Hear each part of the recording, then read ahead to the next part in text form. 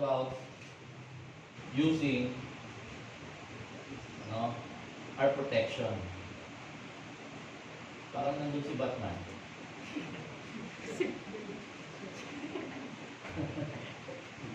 Protecting our life from the enemy. Siyempre, kanino ba natin protektahan ang ating sarili? Sa kaaway. Hindi natin hindi natin pinoprotektahan ang ating sarili sa ating mga kalampi. Pinoprotektahan natin ang ating sarili, siyempre, sa kaaway.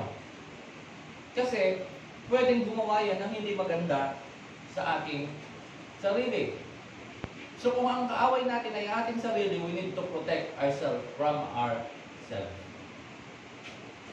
Mahirap minsan kalaban ng ating sarili. Pinakamahirap na kalaban ng tao ay ang ating sarili. Magdali mong bawalin yung iba, pero ang sarili mo hindi mo mabawal o hindi mo magawang bawalin. Kahit alam mo na yan ay magiging isang bagay na ikasasama mo o ikapapahamak mo, pero ang ating sarili ay napakahirap bawalin. Ephesians chapter 6 verses 11 to 13. Put on the whole armor of God. Kung ang kalaban natin ay hindi natin nakikita, so we need the power ng Diyos o power ng Lord sa ating buhay. Kung ang battle natin is spiritual, we need also the power of the Holy Spirit. Kailangan natin ng power, hindi natin kayang labanan. Kung kasabi ko nga, kung ang virus na yan ay nakikita lang natin, ang liit-liit lang yan eh. Ang liit lang yung mga virus na yan, kung literal lang natin nakikita, pwede natin hulihin yan, tsaka natin durugin. Pero hindi natin nakikita. Ganyan din kumikilos ang kaaway. Minsan hindi natin nakikita, minsan nakikita na nga natin, pero nagbubulag-bulagan tayo. Mahirap makita yung ayaw mong makita. At mahirap makakita yung taong ayaw makakita. Put on the whole armor of God. Whole armor. Pagkalalaban tayo sa gera, dapat whole armor.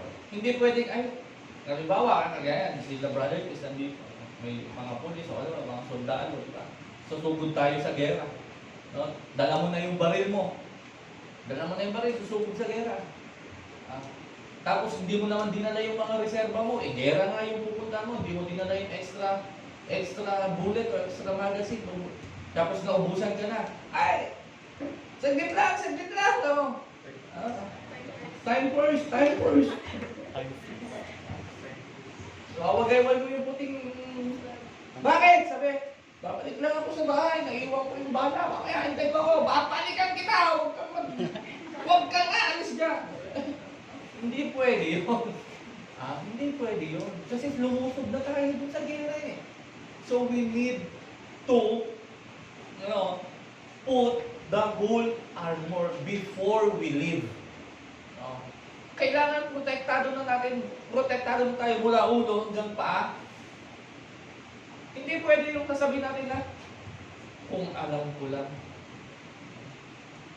Yung iba, di ba, merong bulletproof.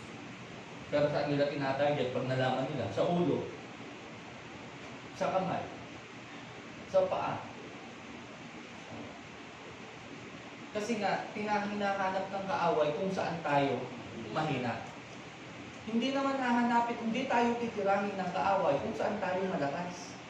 Kasi magsasayang siya ng panahon. So kung gano'n ang kaaway, kung hinahanap niya ang kahinaan natin para tayo ay mapahamak, dapat tayo rin hanapin natin kung ano yung kahinaan ng kaaway para siya yung maunahan natin. Ano ba ang kahinaan ng kaaway? O tanggapin mo si Kristo sa iyong buhay. Wala nang iba pa. Pag nakita niyang may Kristo tayo sa ating buhay, nakikita ka pa lang niya, nagpapakamatay na yun.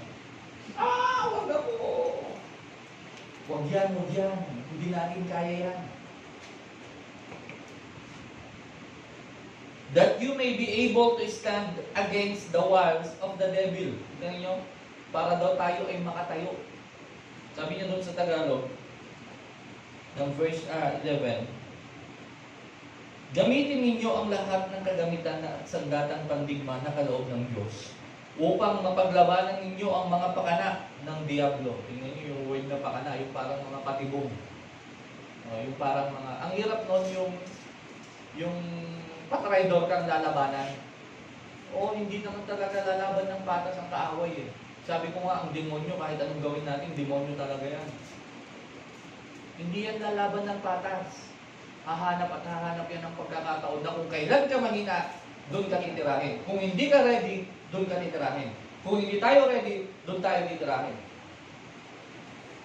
Verse 12, for we wrestle not against flesh and blood, but against principalities, against powers, against the rulers of the darkness of this world, against spiritual wickedness in high places. Sa Tagalog, sapagkat hindi tayo nakikipaglaban sa mga tao, kundi sa mga pinuno, sa mga may kapangyarihan at tagapamahala ng kadilimang umiiral sa sanlibutan ito, ang mga hukbong spiritual ng kasamaan sa himpapawid. Tignan niyo, ang kalaban pala natin hindi lang isa-isa. Hukbong. Hukbong spiritual.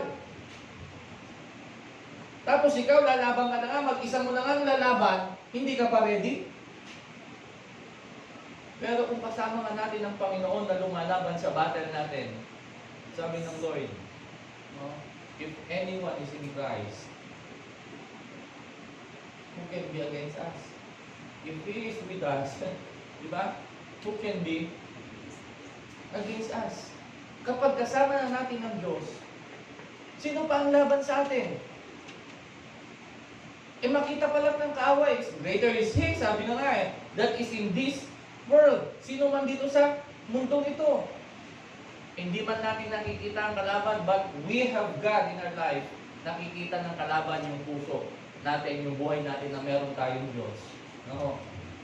Tumatakbo na ang kaaway. Verse 13, wherefore take unto the whole armor of God, that you may be able to withstand in the evil day, and having done all, to stand. Kaya't isuot ninyo ang kasuotang pangdigma mula sa Diyos. Sa gayon, makakalaban kayo kapag dumating ang masamang araw na sumalakay ang kaaway upang pagkatapos ng labanan ay matatag pa rin kayo nakatayo. Kaya't maraming natatalo. Tignan ninyo si Jesus nung siya'y sinalakay ng kaaway. Nung siya'y nag-prayer and fasting. Diba? Nung makiat sa bundok, ano ang sabi ng kaaway sa kanya?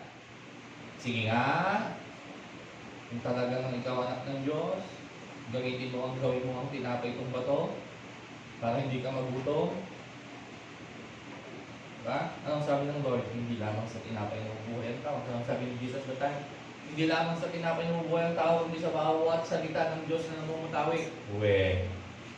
Hindi, wala naman yun. Dinagdag ko lang para medyo. Hindi niya nakuha doon. Anong sumunod?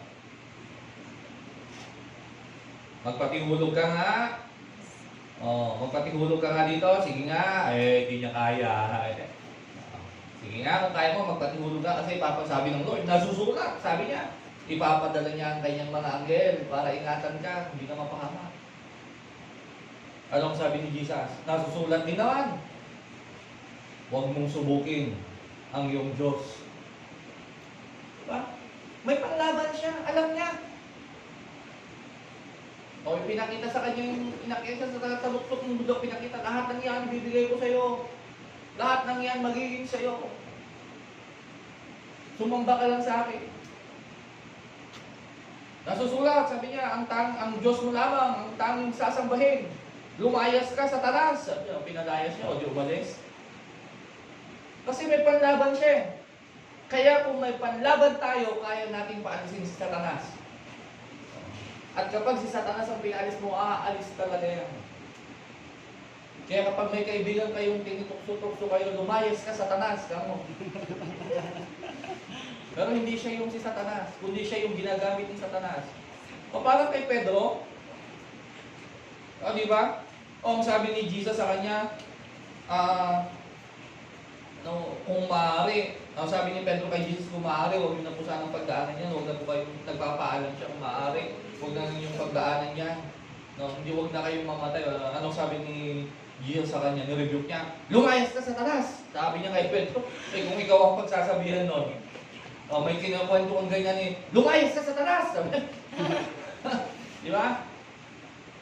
Pero baka pag pinagalitan naman kayo ng tatay niyo, ganun sasabihin niyo, huwag yung sasabihin, talagang kayo ang papalayasin.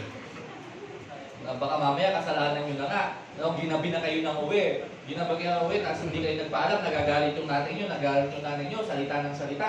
Salita ng nanay niyo, siguro kanyo, siguro ginagamit na naman siya ni Satanas. Sabi niyo sa kanya, lumayas ka Satanas!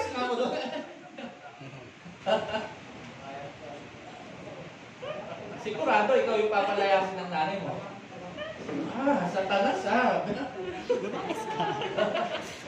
Satanas pala Kung ito yung gamit mo, lumabas ka, lumayas ka dito. Mapapalayas, mapuprotektahan natin ang ating sarili if we have the whole armor of God. There's a lot of temptation everywhere. Evil deeds, evil works, Satan's propaganda, and so on and so forth. Lahat ng bagay na yan, propaganda. Mga taktika, mga tactics sa Satan.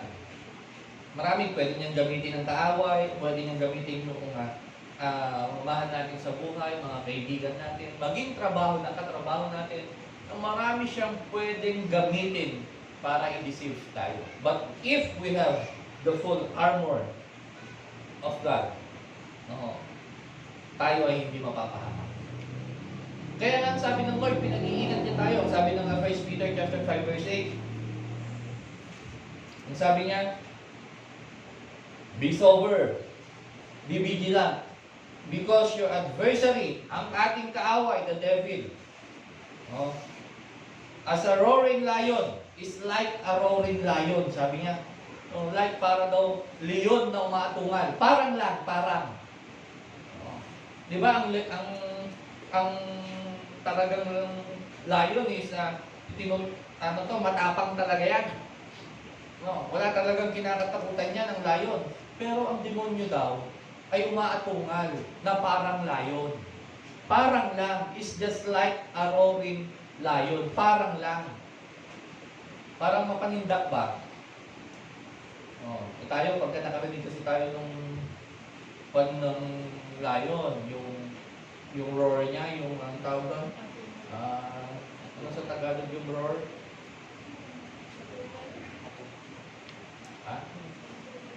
Naintindihan nyo naman yung roar, di ba? Hindi natin alam yung Tagalog. Love. Pag nag-roar yun, ano nga ba Tagalog niya? Pag nag-roar yung lion, matatakot ng tao kasi pag pinakita nun yung malaki niyang bibig tapos malalaki niyang ipin, na pwedeng sumakmul, pag sinakmul yung leeg natin, ay sigurado ay kaya tayong patayin ang lion na yon. Yung aso pa nga lang yung aso pa nga lang na maliit, pag tumahol rebuke na kayo ng rebuke Ang liit, ito na! Ingis na tao.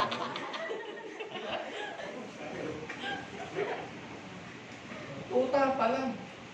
Naman ako, kung taro mo kasi pagkakagating ka talaga niya. Kaya kung minsan nadideceive tayo kala natin ang lakas ng kaaway. Lumalakas lang ang kaaway kapag natatakot tayo sa kaaway. Pero hindi ko sinabing maging matapang tayo na naghahamon ng kaaway. Kahit demonyo, hindi ko na yung kinakatakutan, lumabas dyan. Hindi gano'n.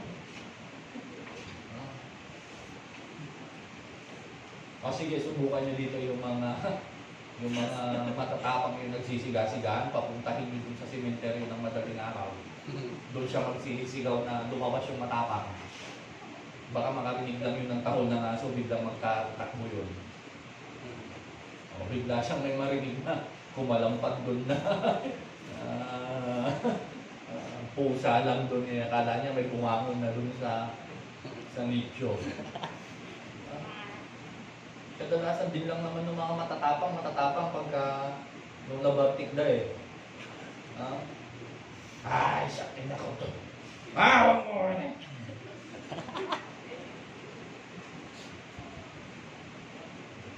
Huwag ka naman may pulis ka. Walang pulis sa akin. Huwag ako lasing, walang pulis. Pag dumating naman yung pulis, ano sabi mo? Pag may pulis, walang lasing. Sabi na, lumaligtad na. Matapang lang pagka... tsaka yung mga nagtatapang pa pagka halos inaawat mo. Tsaka lalo ang tapang. Bakit kaya no? Huwag na, tama na. Hindi mo pa ako. Huwag na, tama na. Hindi! Subukan mo itulak yung bitawan. Bakit mo bitawan?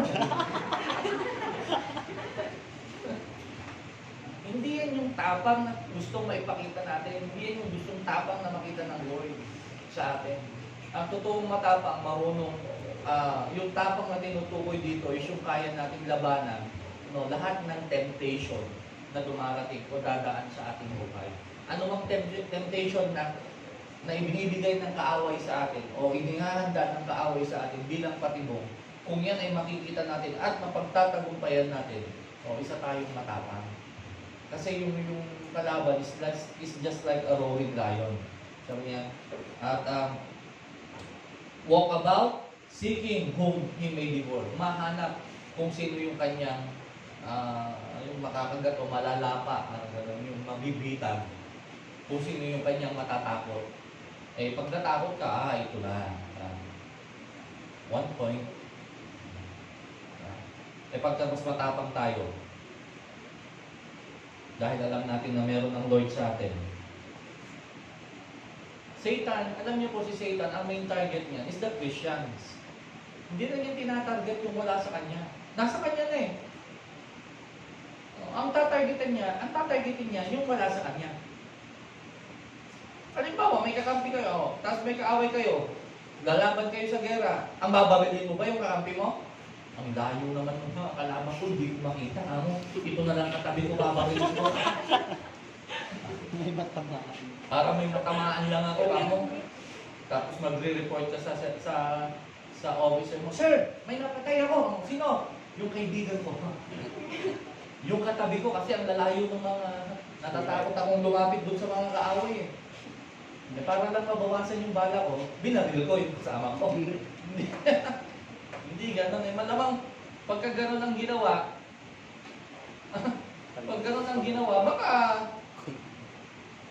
hindi ka lang ikulong, gulpihin ka pa ng mga kasama mo.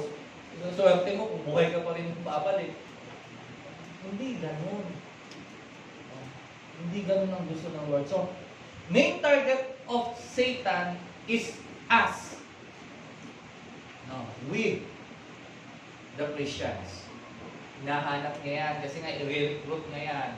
Si Satan ang number 1 at ang first, ang kauna-unahang illegal recruiter. Papakita niya lahat ng magaganda, magsasabi yan ng mga magagandang bagay.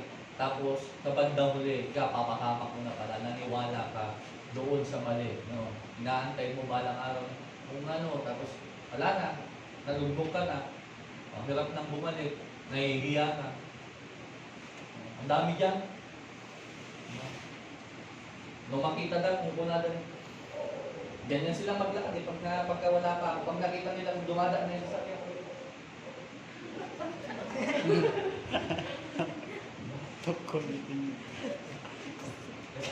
Naglalakad na ganyan, pagka magkakasalubong na kami, bigla.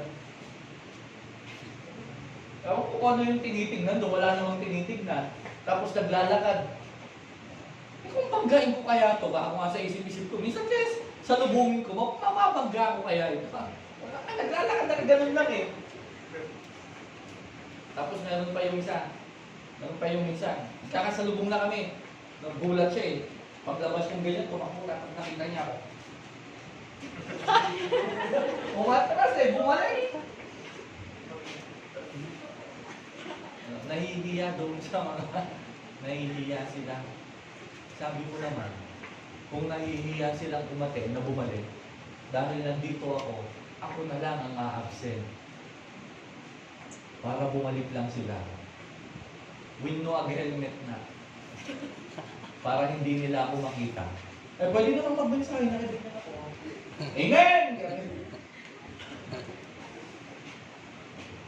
Pero kaninang maga natutuwa ako sa kanila. Maraming umaten kaninang maga na bumalik. At sabi ko sa kanila, it's now the time na seryosohin natin yung paglinako. Dahil hindi natin alam yung panahon. Hindi natin alam yung pagkakataon. Yung ginagawa ng kaaway ngayon, hindi natin alam. So, yung opportunity na binigay ng Lord sa atin ngayon, i-grab na natin yung we must protect our heart, our mind, no? Our tongue, body, no? Ourselves from the words of the enemy. Ito yung main target ng kaaway eh.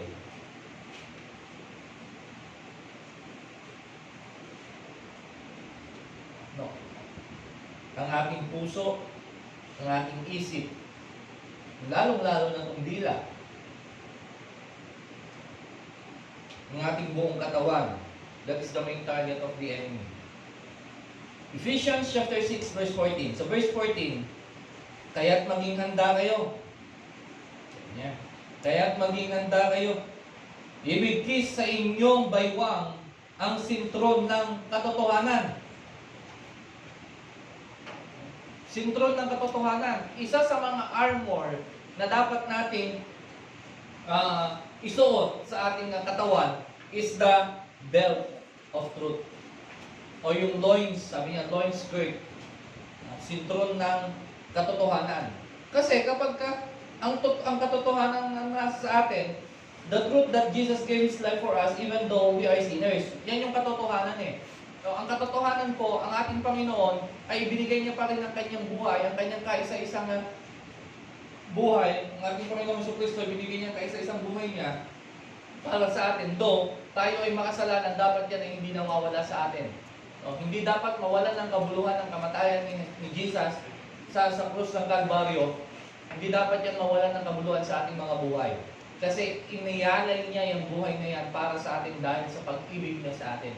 Kaya hindi yan dapat mawalan ng kabuluhan, hindi yan dapat masayang, hindi yan dapat binabaliwala ng isang tao, lalo na ng isang Kristyano, kundi dapat lagi ang suot-suot ang katotohanan. Dahil sabi nga ng John chapter 8, sabi niya, you shall know the truth and the truth shall set you free. Alamin mo yung katotohanan. Kapag nalaman mo yung katotohanan, alamin natin yung katotohanan, yan ang magpapalaya sa atin. Another, na dapat daw natin isuot is the breastplate of righteousness. O yung tinatawag na yung breastplate, ituloy natin doon sa verse 14. At isuot sa dibdib ang baluti ng katuwiran. No? Breastplate of righteousness. Sabi ko nga kanina, kapag ang kaaway, may mga halimbawa, ang unang-unang target ng kaaway is yung katawan ng tao eh. Kapag kababaril yung kaaway, kadalasan sa katawan binabaril kasi malaki, malapad ang katawan. Malapad ang katawan. Lalo na kung yung katawan nung basta malapad yung katawan natin. yan yung target at madali yung barilin. Kaya kapag sinuutan yan nung bulletproof, kapag binaril, naproprotektahan. Ganon din daw sa spiritual natin, we need to wear the breastplate of righteousness. The main part of the body that will protect of this metal plate is our heart. Ang naproprotektahan yan is yung puso natin. Yung breastplate na yan, ang naproprotektahan yung puso natin. Kasi kapag yung puso ang tinamaan, wala na, hahamakin na ang lahat. Magalit man si nanay. Sinabi na ng bawal eh. Sinabi na ng huwag muna. Sinabi na ng hindi pa. Kahit puro, sabi na, wala na. O di pati si nanay na. Tsaka si tatay, kaaway na.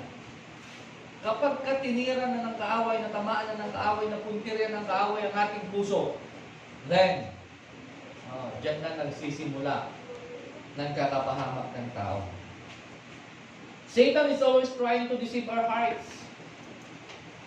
Deceiver nga si Satan eh. Number 1 na manloloko.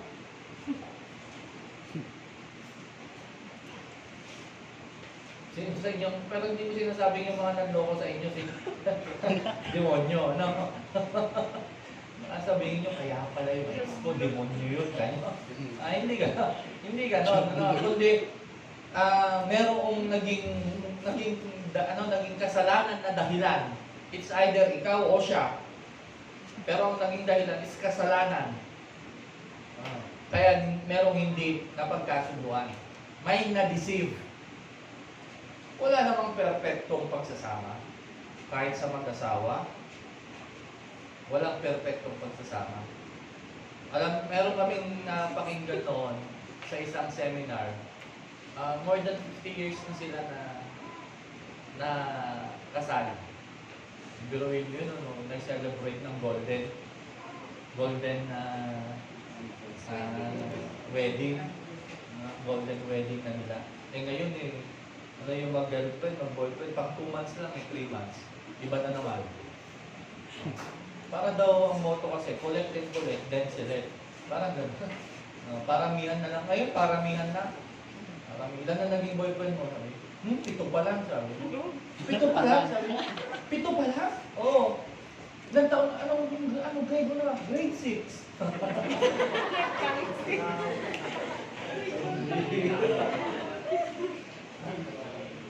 Samantalang noon, pagka mga grade 6, ang pinoproblema, kung ano yung ulam kinagabihan, gano'n, kung ano yung kakainin, kung ano yung mga project sa school. Yun ang problema. Ngayon, ang problema, hindi kinatsak. Problema ngayon, mga grade 6. Wala ko ng problema ko. Mga punaw ko sa iyo. 110 katsak. Na-all ko ba na pinapita.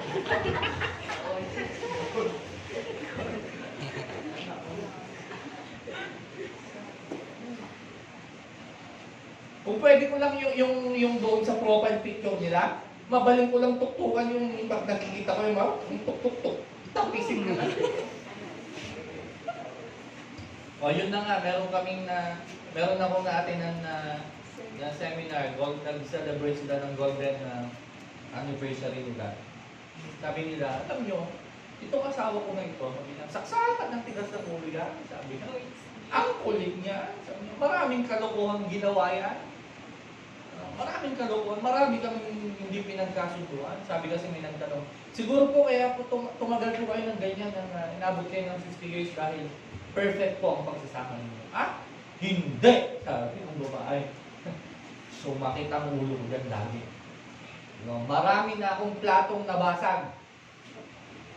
Bakit pa rin umabot po kayo?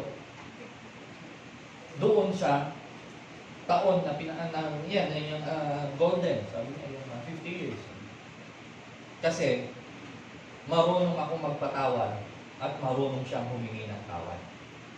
Ganon din ako. Pag ako yung nagkamali, marunong akong humingi ng tawad at marunong din siyang magpatawad. So, ang sikreto pala ng pagsasama, hindi pagiging perfecto, kundi marunong tumanggap ng pagkakamali at marunong magpatawad doon sa nagkamali. Ngayon, hindi. Baso na. Ako lalaki. Nagano dita. Yan na, di ba? Puro ganyan na. Isukat ko nagano dita. Iso na lang tilalaki. Sabi ng isa, iso na lang babae. Kung kaya mo, kaya ko rin. Sukat ang kapay, talong, siyak, upat, sukat pa niya. Paramihan na, di ba? Paramihan na yan. Hindi ko pa, siyak, 5. Diingin ka niya. Kaya dapat yung puso inaalagaan. Kaya dapat yung puso natin pinoprotektahan. Kasi hindi pwedeng yung nasa puso natin, dalawa. Ang Diyos nga, minsan, wala nang espasyo sa puso natin eh. Gustong-gustong pumasok ng Diyos sa puso natin. Gustong-gustong pumasok ni Lord sa puso natin. Pero walang space. No, kasi ang nasa puso mo, number 1, number 2, number 3, number 4, number 5, puro mga Koreano pa. Pilit mo, boyfriend mo, hindi na kami am-am mo. Tapos affected ka, sabi sa akin, no broken after no na. Pag naghiwalay silang dalawa, ay, sayang po. Parang kayo yung hiniwalayan eh. Kinabukasan, no, magang-maga yung mata, kala mo naman, may kaaway. Bakit? Yung, mas marami pa kayong kilala ko, gano'n? Kaysa sa akin, na nagtrabaho sa Korea. Kasi, si Sojun ba yan? Park Soji. Si Sojun. May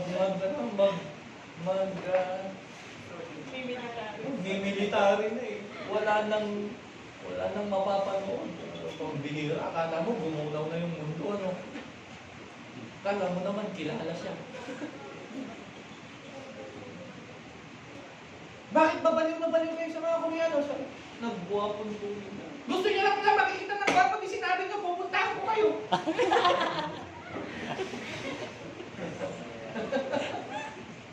Parang ayaw yung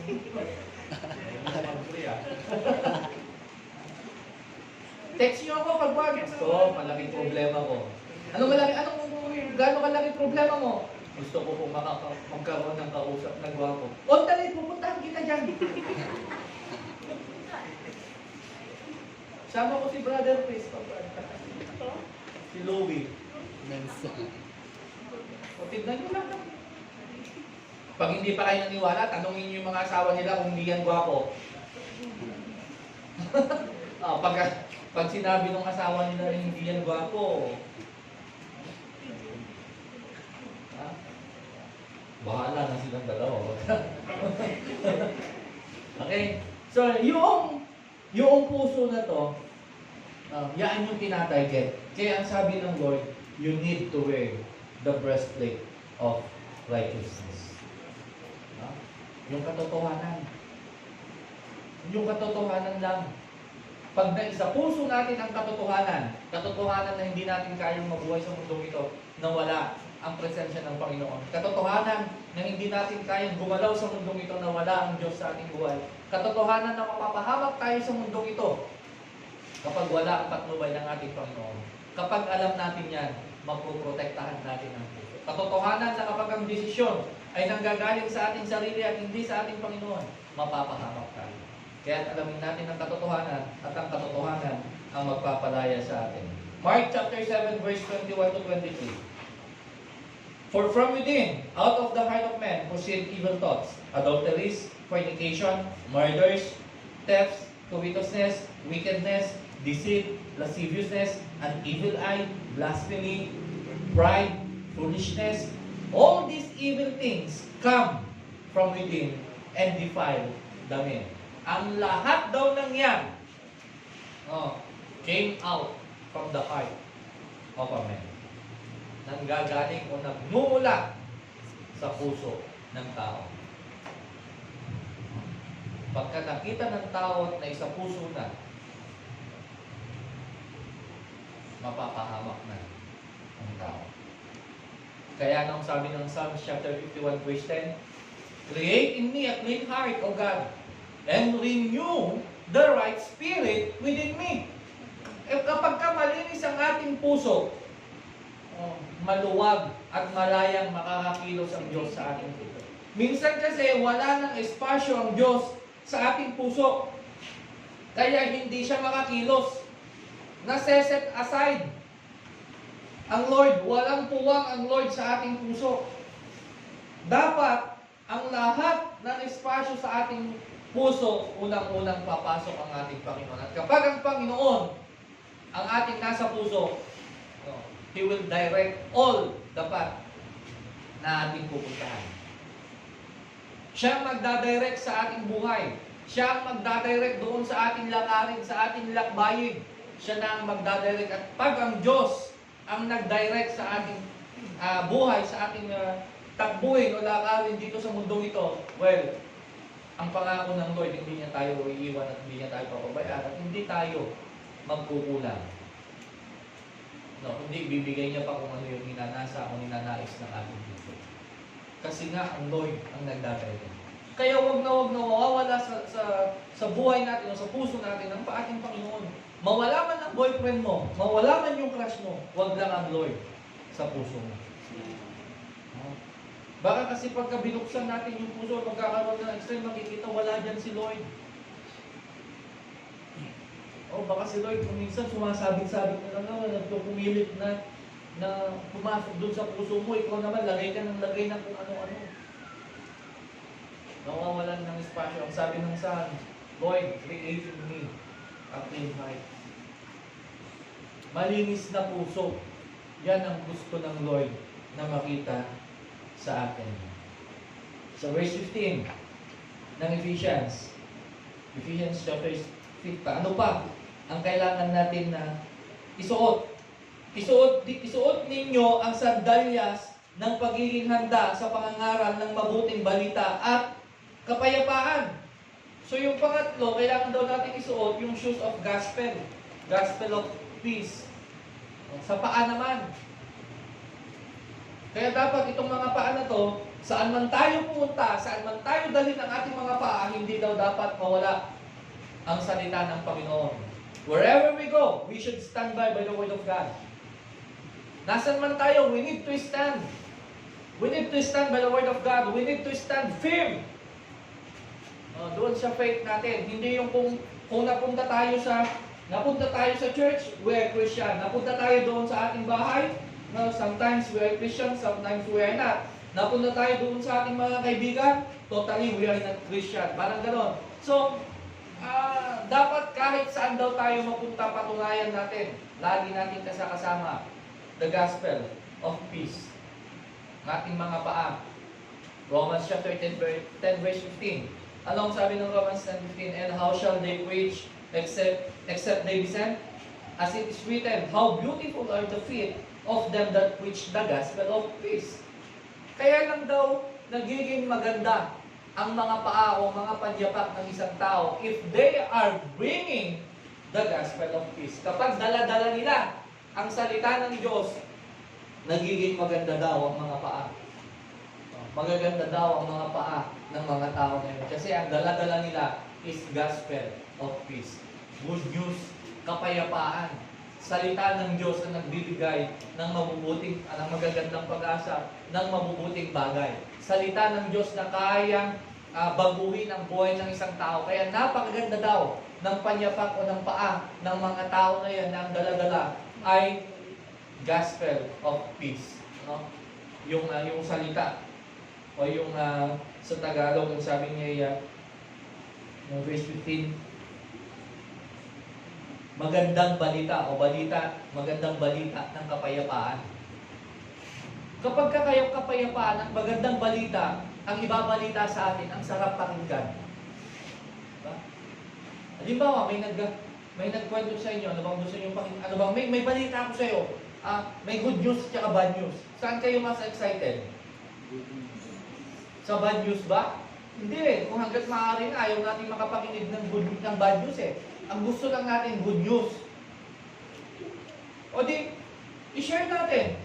Sabi mo sa kaibigan mo, may balita ako. Good news. O ano yun? Alam mo bang mahal ka ni Lord? Alam mo ba na may Diyos na nagmamahal sa iyo? At alam din ba ninyo na ang Diyos na nagmamahal sa inyo? Ano ang sagot nyo? Oo, hindi. CMC. Namiss ko tuloy sila. Biruin nyo yung mga yun? Yung sa CMC? Iniiwan ng kanilang pamilya for 3 months, 4 months, wala sila sa kanilang family. Pumupunta sa different barangay, different province ng buong Pilipinas just to share the Word of God. Iniwan nila yung pamilya nila. Wala naman silang mga sweldo doon sa ginagawa nila. Yung sacrifices nila. Kaya sabi ng Lord, how beautiful are the feet. Those people who bring the gospel of peace. Sinasabi nila na ang tao may pag-asa pa. Sinasabi nila na ang tao, ipinapangaral nila na ang tao, kahit gano'ng kasama, ay meron pang pag-asa na magbago. Kaya pang tanggapin ng Diyos ang lahat ng taong makasalanan. Itaas nyo lang ang inyong kamay.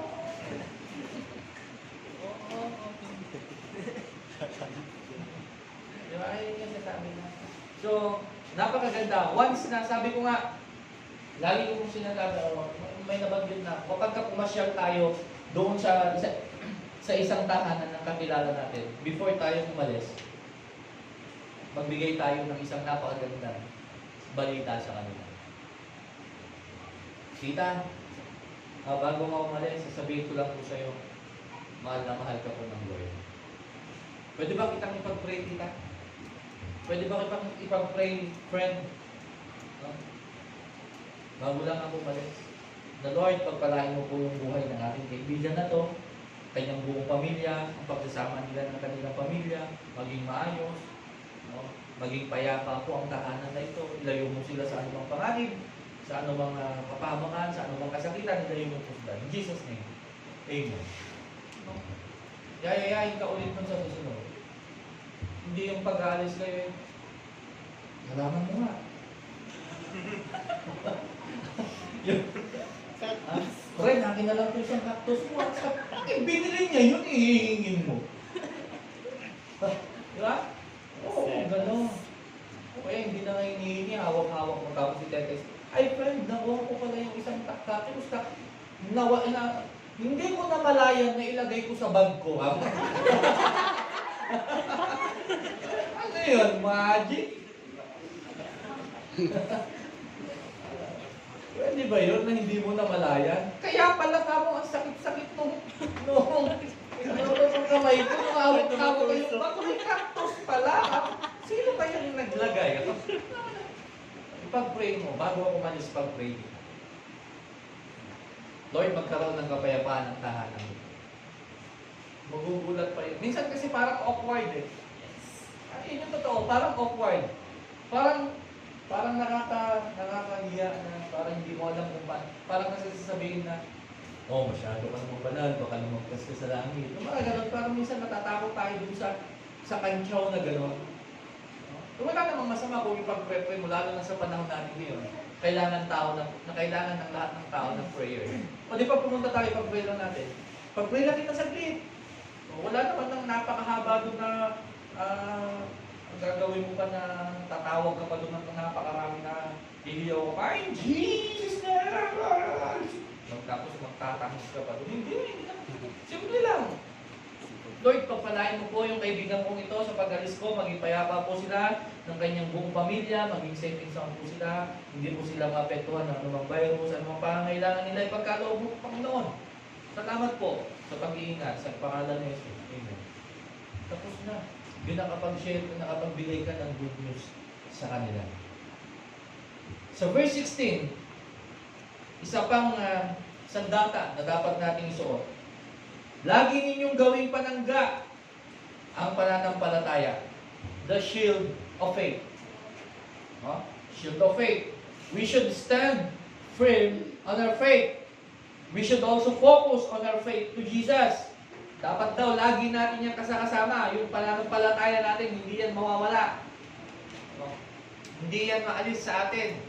Hindi yung dala-dala mo lang yung pananampalataya mo kapag nandito ka sa church. Kundi sa lahat ng pupuntahan natin, dapat nandun yung pananalig natin sa ating Panginoon. Na kaya niyang lahat, kaya niyang gawin ang lahat ng bagay. Kaya niyang gawin anumang bagay sa ating buhay. Pero syempre, kailangan din natin mag-ingat. Halimbawa, iba, mga extremist. Sabi, hindi ako maapektuhan yung virus. May faith ako, kahit hindi ako mag-mask. Kahit hindi ako mag-face shield. Siyempre, nasa katawang panlupa pa rin tayo. Kailangan natin protektahan ito. Paning paggamit ng faith. Kailangan natin gamitin ng tama yung ating pananampalataya. Hebrews chapter 12 verse 2. Looking unto Jesus, the author and the finisher of our faith, who for the joy that was set before him endured the cross, despising the shame, and is set down at the right hand of the throne of God. Looking unto Jesus, the author and the finisher of our faith. So, ating pananampalataya ay nagsimula sa ating Panginoon. Kaya maraming mga tao nasisira ang relasyon nila sa Lord kasi ang faith nila hindi nakabase kay Jesus. Ang faith nila ay nakabase sa tao, ang faith nila nakabase sa church, sa building, ang faith nila nakabase sa kung gaano kaganda, yung comfort nila, doon sila nakabase. Hindi sa Lord, hindi kay Jesus, nakabase ang kanilang faith. Yan maliwanag ang sabi ng Bible. We need to look unto Jesus, the author and the finisher of our faith. Kahit ano, kahit saan, kapag ang faith natin ay na kay Lord, makakasamba tayo sa Kanya ng maayos. Kahit nasa bahay lang, kahit nasa kwarto lang, kahit nasa labas lang, nasa ilalim ng puno ng punong kahoy, kahit nasa SM.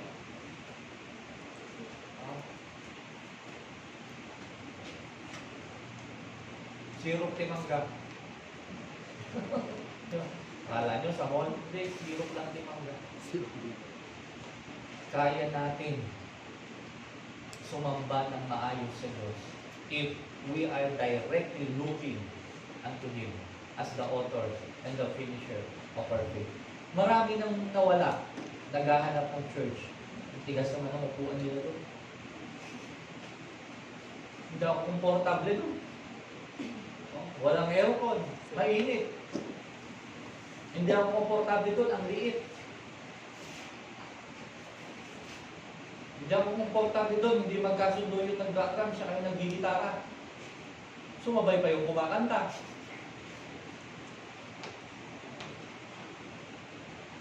Ang alam ko, sabi nga, pag ako, may nagsa-second voice lang eh. Doon, may third voice, may fourth voice, may fifth voice. Hanggang 8 voice. Tapos yung katabi ko pa, sumama. Wala na, napansin na lahat. Yung negative things na yung napansin lahat. Hindi makakonsentrate. Kaya kapag ka nag-worship sa Lord, dapat nakapikit eh. Dapat nakapikit tayo. Nakapikit tayo. Para hindi natin nakikita, tapos ituon lang natin yung concentration sa Lord. Hindi yung pagka malakas kumanta yung katabi mo, huwag mo nang basta i-concentrate mo lang yung pakikinig. Hindi yung pagka medyo napalakas eh. Tapos wala na yung concentration mo. Let be our faith focus only to Jesus. Sa verse 17, isuot nyo ang helmet ng kaligtasan at gamitin ang tabak ng Espiritu na walang isuot ninyo ang helmet ng kaligtasan, the helmet of salvation. Protect the head. Hindi ba't napakahalaga na ito na pinoprotektahan ng ulo?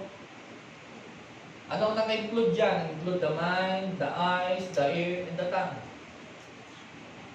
Tama ba? Nasa ulo natin nakalagay yung tenga, yung mata, yung utak na, yung isip natin, tsaka yung dila. Tignan nyo, hawakan nyo. Baka wala sa ulo nyo yung tenga nyo. Ha? O, baka wala rin yung mata ninyo sa ulo ninyo. Nandiyan yan, kaya dapat protektahan. At napakahalaga niyan. Pansinin ninyo lahat ng napapahamak na nakamotor, walang helmet. Walang helmet. Pag sa physical, lahat ng napapahamak, yung walang helmet. Kasi ang helmet, lifesaver. Kaya nga sabi rin dapat daw yung helmet of salvation. Kaya nga helmet of salvation. Isuot yung helmet of salvation. Pansinin niyo, karamihan sa mga nangungutom na aksidente, safe yung siko nila. Bakit? Nasa siko yung helmet. Doon ilalagay. Di ba? Nagmumotor, oh. Nung sumemplang, gas-gas yung mukha, yung siko, walang gas-gas.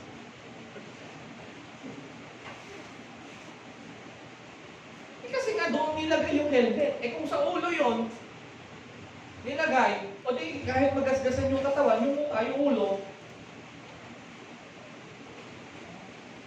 ganon din sa spiritual. Kailangan daw natin protektahan itong mata natin. Huwag yung kung ano-ano ang nakikita. Dapat daw ituon natin yung ating paningin sa Panginoon lamang. Sa mga kagustuhan ng paningin, sabi niya, set your things above, not on things on earth.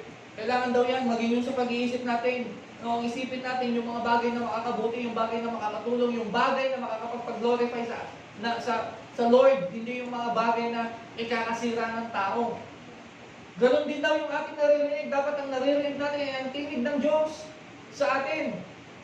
Hindi yung naririnig natin yung kapitbahay natin na kwentuhan ng kung ano-ano i-off mo pa yung TV tapos dahan-dahan, kunwari ikaw naghahanap ng signal na gano'n. So, pinapakinggan mo lang pala yung may gusto ka lang palang pakinggan tapos saka ka mag-focus ngayon sa Facebook. Ano pa? Yung dila. Kailangan daw bantayan yung dila. Yung dila na yan, huwag daw maging tarabitab. Ano yun? Yung mga bagay na hindi na sinasabi, huwag na daw dapat sabihin. Kapag hindi ka tinatanong, huwag kang magkwento ng kung ano-ano.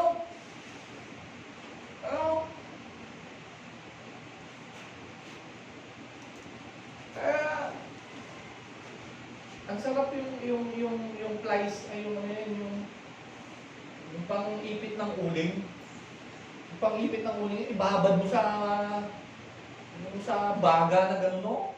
Tapos pagka may nakita kang chismosa, gano'n mo sa dila. Para pagka may nagsalita at nakita mo na may paltos yung dila, alam mo na. Alam mo lang kung bakit. Ito daw ang protektahan natin. Nilikha ng Lord ang dila, ang bibig natin is para magpuri sa Diyos. Nung kumakanta, hindi tayo makakanta sa Lord. Ginamit ang mata para makita natin ang kagandahan sa nilikha ng Lord. Ginamit ang tenga para marinig, ginawa ang tenga para marinig natin ang pagtinig ng Lord. Ang isipan natin ay para makaisip tayo ng mga bagay na makakapag-glorify sa ating Panginoon. Huwag natin gawin sa mga negative na bagay. Romans chapter 12 verse 2, and be not conformed to this world, but renew by transforming, but be transformed by the renewing of your mind, that you may be proved what is good and acceptable and perfect will of God. Kailangan daw natin mai-renew na ang ating isipan. Huwag daw tayong sumama o makiayon sa takbo ng mundong ito. Pang-anim is the sword of the Spirit. Doon pa rin. At gamitin ang tabak ng Espiritu at walang iba kundi ang salita ng Diyos. It is the sword of the Spirit. Kailangan natin ng sandata eh. O di kailangan natin ng sword. Kailangan natin ng espada. We must be ready to fight the enemy because our enemy is not in flesh. Bakit kailangan natin ng salita ng Diyos? Hebrews chapter 4, verse 12. Sa Hebrews chapter 4, verse 12. For the word of God is quick and powerful.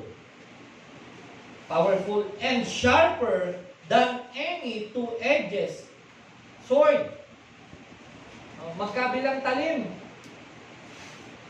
Mas malakas daw siya, mas mabisa siya kaysa sa espada na sa sword na magkabila ang talim. Kaya minsan pagka may napapakinggan tayong mga mensahe, parang tumatagpa sa atin na gano'n. Minsan napapayuko tayo eh. Uy, nalis niya. May balik pa. Matatamaan ka rin. Kaya minsan yung salita ng Lord, masakit, tumatama. Kasi nga, it is alive, weak, and powerful. Ito pa, sabi niya, tuloy natin. Sharper than any two-edged sword, piercing even to the dividing asunder of soul and spirit. Tumatagos daw, maging dun sa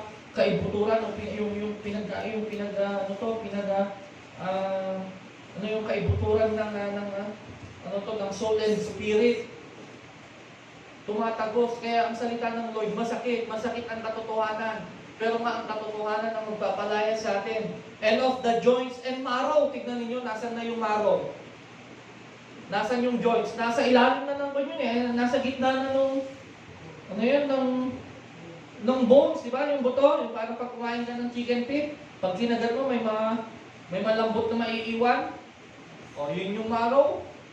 Yung joints, tumatagos din daw doon. Biruin ninyo, nasa ilalim na, protected na ng bones, pero kaya pang tumagos. And is discerner of the thoughts and intents of the heart. Kaya pa niyang i-discern kung ano yung nilalaman ng ating puso. If we are protected, if we are wearing this kind of yung mga bagay na ito, protection sa ating buhay spiritual, then hindi tayo kayang galawin ng kaaway.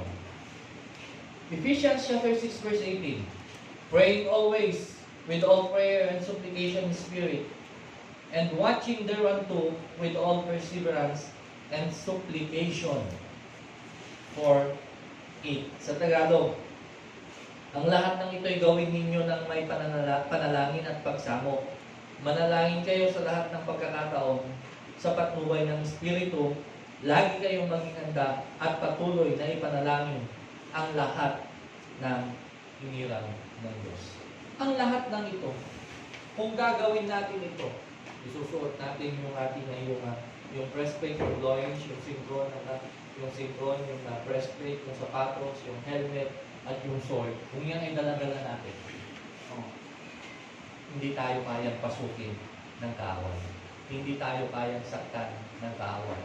Hindi tayo kayang i-deceive ng kaaway. Kasi we are protected by the word of God and by God Himself. Kaya napakahalaga na kailangan ay protected tayo sa lahat ng bagay. Amen. Palakpakan natin ang Lord. At tayo na tayo. Tayo po'y manalangin.